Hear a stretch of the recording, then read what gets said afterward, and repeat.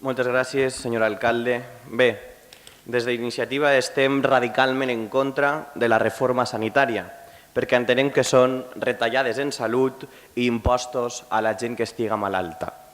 Nosaltres estem en contra de les privatitzacions de la gestió i del repagament, perquè vostès no van atrevir-se a que quan un vaig a l'hospital haig de pagar allí una targeta de crèdit i si no paga se de sangre. Evidentment, ahir no anem a arribar, perquè hi ha una fórmula molt més fàcil, que és senzillament privatitzar, pagar cànons i, per tant, pagar de forma indirecta.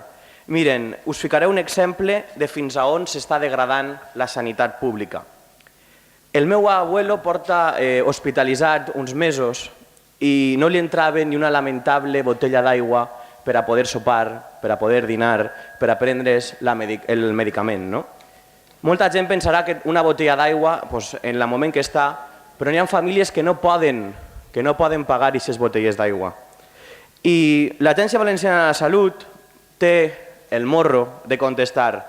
També vull informar-li per a la seva tranquil·litat que l'aigua de l'aixeta és totalment potable i apta per al seu consum, sent analitzada periòdicament. Arribem fins a aquests punts. Després n'hi ha diners per fer aeroports sense avions o diuen, com la Fórmula 1 rentable, anem a pagar les despeses sanitàries de la Fórmula 1 quan deixen els pobres pacients sense botelles d'aigua. I dic, la botella d'aigua és un símbol, perquè no podem retrocedir absolutament res quan continuen gastant-se els diners en coses innecessàries. Molta gent pensarà que mentre no retallen altres coses, però és que no se pot permetre un pas enrere, cap, perquè considerem que la sanitat és un dret, però també un deure.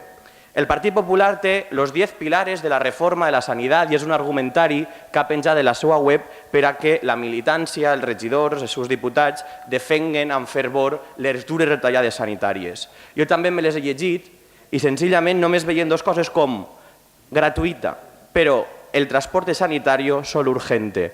I si vos llegiu el decret, i jo me l'he llegit, quan una persona hagi d'anar a l'hospital a fer-se diàlisi no se considera transport urgente.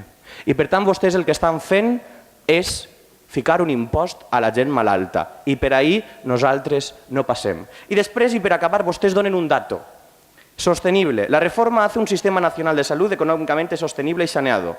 Establece criterios para acabar con la deuda de más de 15.000 millones de euros. Bankia, un sol banc, té un deute major que tot el sistema nacional de salut. I per tant és rotundament fals que siga un model insostenible. L'únic problema és que ideològicament hi ha qui no està per els serveis públics, per la igualtat d'oportunitat. Preferís que els que puguen pagar tinguen i els que no, no. Moltes gràcies.